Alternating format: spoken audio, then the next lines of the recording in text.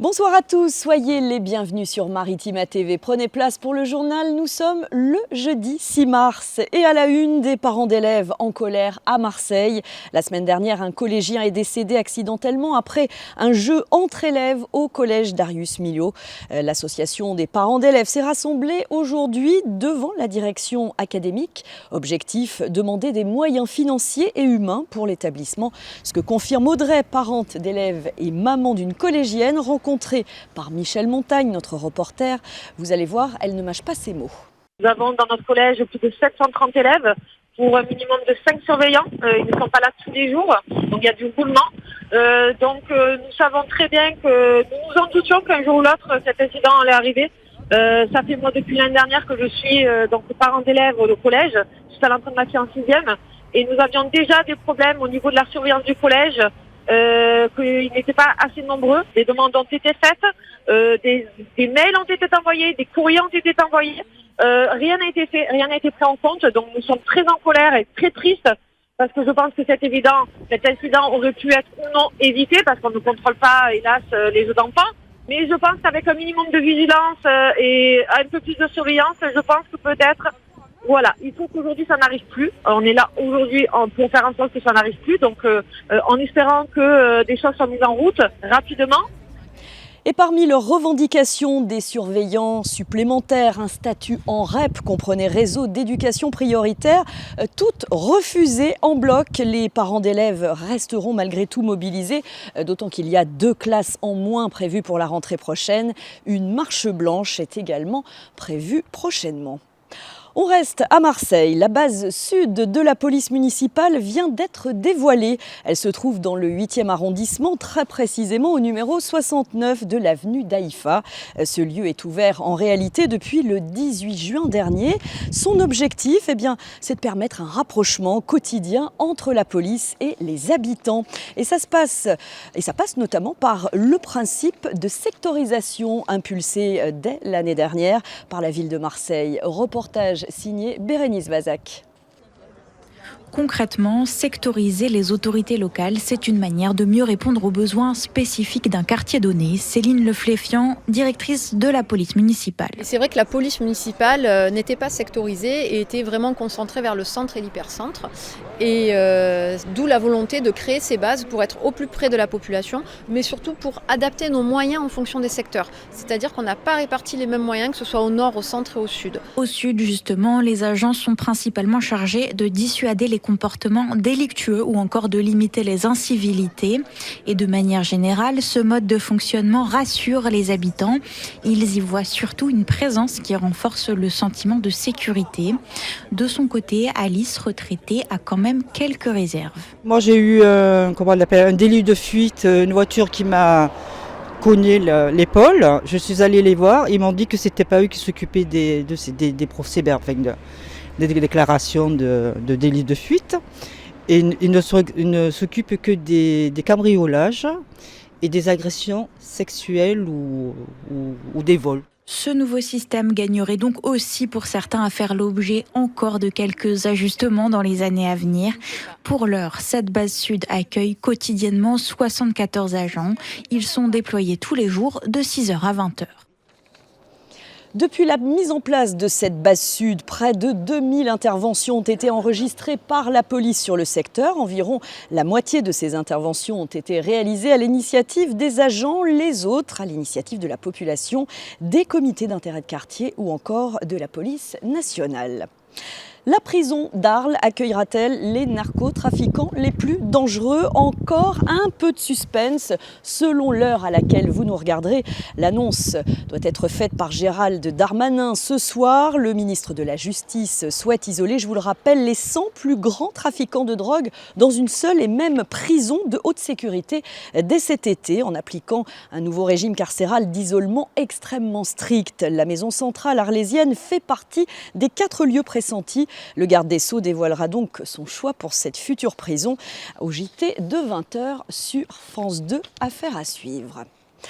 Le passeport ne suffira plus pour se rendre en Angleterre. À partir du 2 avril, tous les Européens qui souhaitent se rendre outre-Manche devront obligatoirement être munis d'une autorisation de voyage, moyennant 12 €. Il est possible de demander cette autorisation depuis hier sur le site du gouvernement britannique ou encore par le biais d'une application dédiée. Pensez-y pour vos prochaines vacances. Solidarité à présent, la collecte nationale des Restos du Cœur démarre demain. 2000 bénévoles seront mobilisés pendant 3 jours devant quelques 160 grandes et moyennes surfaces du département. La collecte, c'est un repas sur 2 distribué par les Restos du Cœur pour des familles en grande difficulté. La précarité touche tout le monde dans le département, c'est ce que nous explique Alain Evzar, responsable départemental des Restos du Cœur. Il est au micro de Didier Gesualdi. Ça touche malheureusement beaucoup de monde. Alors je dirais que ça touche des bébés, puisque on a aussi des bébés qui viennent, évidemment avec leurs parents, qui viennent pour pouvoir avoir du lait, des couches, mais aussi ça draine aussi des adolescents, des étudiants, de plus en plus d'étudiants malheureusement. Et puis des familles monoparentales, mais même des personnes âgées, puisqu'en fait, vous savez qu'il y a beaucoup de personnes dans les Bouches-du-Rhône qui ont une toute petite retraite et qui vont payer un loyer, et ce loyer va en fait absorber quasiment l'intégralité de leur retraite. On va aussi les voir au Resto du Cœur. Alors un bon geste pour les Restos du Cœur en faisant vos courses. La collecte se tiendra jusqu'à dimanche. On parle santé dans cette édition dans le cadre de la Journée internationale des droits des femmes. Ce samedi 8 mars, date incontournable, le centre social Pierre Mialet à Entresaint propose une journée gratuite dédiée à la lutte contre les cancers. Cancer du sein ou du col de l'utérus.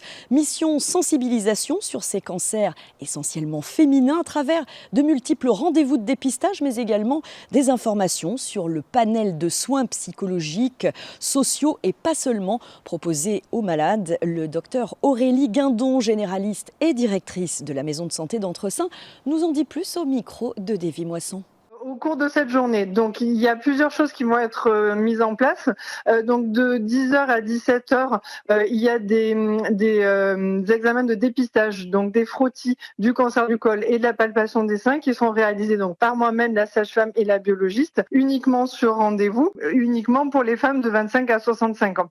Ensuite, il y a des ateliers qui vont être organisés par des sophrologues, des ateliers aussi de marche afghane, de gestion de la douleur. Voilà, ça c'est pareil, c'est sur rendez-vous. Et ensuite, tout au cours de la journée, il y a plusieurs associations qui présentent leurs actions. Il y a une socio-esthéticienne qui va présenter ce qu'elle propose aux femmes qui ont déjà un cancer. Donc c'est pas uniquement du dépistage, c'est aussi tout ce qui est soins de support. Alors n'hésitez pas à composer le numéro qui s'affiche sur votre écran pour vous inscrire à ces consultations gratuites et aux ateliers. Interview intégrale du docteur Guindon à retrouver sur notre site maritima.fr. Allez, au fil des pages, une plongée dans la lecture à voix haute, s'il vous plaît. Hier après-midi, à l'hôtel de ville de Martigues, s'est tenu le grand concours des petits lecteurs du département.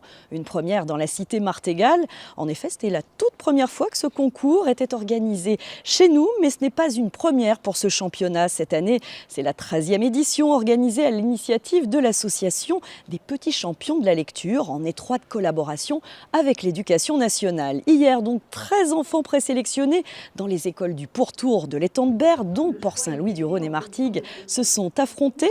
À l'issue de la journée, 2 gagnants seulement. Reportage Sandrine Calvérac. Après une longue concertation du jury composé d'élus et de littéraires, ce sont 2 élèves martégots qui ont remporté cette présélection. Nathan est en CM1 à Canto-Perdrix et Louison en CM2 à Opècle. T'as pris du plaisir à lire sur scène ? Oui, j'ai eu un peu le trac quand les autres lisaient, mais après j'ai pas eu le trac quand je lisais moi. Qu'est-ce que tu veux faire plus tard ? Monter une troupe de théâtre et le thème global, les chevaux. Mais alors, quels sont les critères retenus pour remporter le championnat ? Thibaut Canuti est conservateur en chef des bibliothèques et des médiathèques de Martigues et bien sûr membre de ce jury. La fluidité de la lecture, le fait d'avoir buté ou pas, d'avoir bien fait les liaisons, donc un aspect un peu technique. Puis il y avait un dernier critère qui était très fortement qualifié sur la façon dont on a emporté l'adhésion, dont on a occupé la scène, charmé le public, emporté dans sa lecture.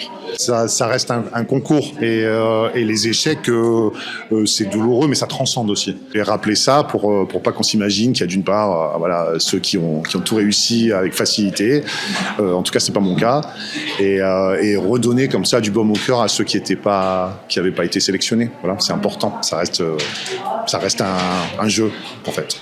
Second tour de la finale départementale, le 26 mars prochain à l'amphithéâtre de la Manufacture à Aix-en-Provence.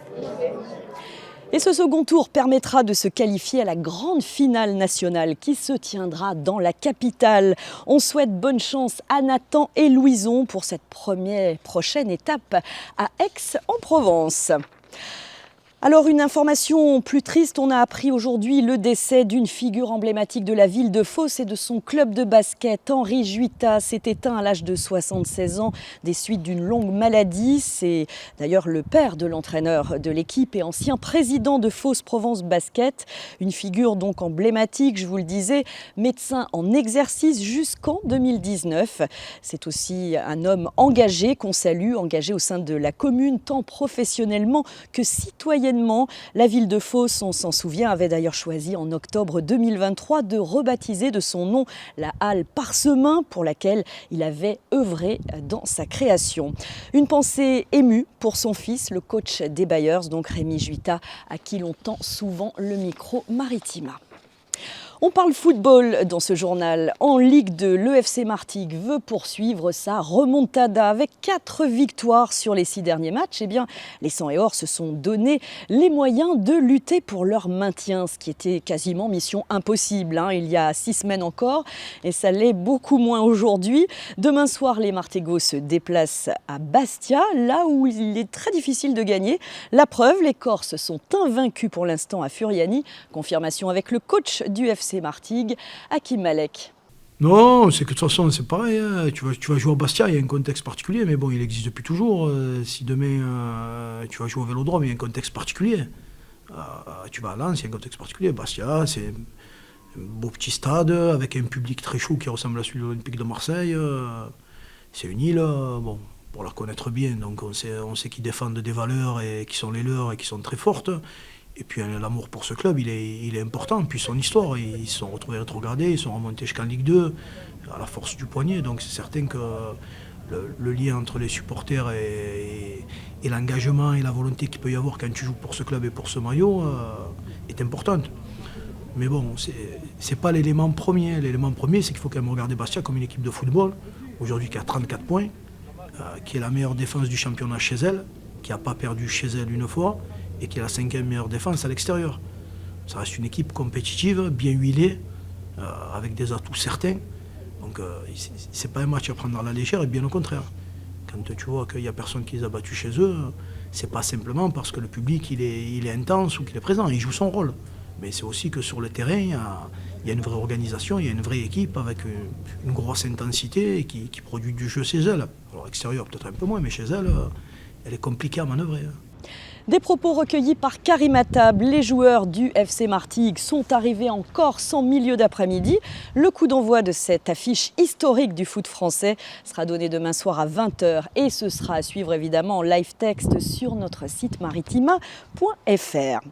Ils n'ont plus le droit à l'erreur non plus, les hockeyeurs marseillais. Hier soir, les Spartiates ont enchaîné un second revers consécutif à domicile en quart de finale des playoffs face aux Bordelais. Les boxeurs ne sont plus qu'à un succès de se qualifier pour les demi-finales. Défaite donc interdite pour les Marseillais qui retourneront à Bordeaux samedi pour la 5e manche. Et puis en cas de succès, il y aura une 6e manche le 10 mars. Et puis l'éventuelle 7e et ultime manche pourrait se jouer à Bordeaux le 12 mars. Vous l'aurez compris, c'est un planning très complexe pour les hockeyeurs marseillais. En tout cas, on leur souhaite, eux aussi, on leur souhaite une très belle remontada. Allez, avant de se quitter, une info, scène et musique, avis aux fans d'Icare. Sachez que l'artiste se produira sur la scène du Pasino Grand. Save the date, comme on dit, ce sera le 29 octobre à 20h30. La billetterie ouvre, notez bien, le 14 mars à 10h précise. Il va falloir être au taquet parce que ça va partir vraiment comme des petits pains. Vous pourrez vous rendre sur sudconcert.net et dans les points de location habituels. C'est la fin de ce journal. Merci de l'avoir suivi. Merci à Cassandra Mourou qui est tout le temps sur le terrain, à l'antenne et qui était derrière la caméra aujourd'hui pour vous proposer ce JT. Très belle soirée à tous. À demain.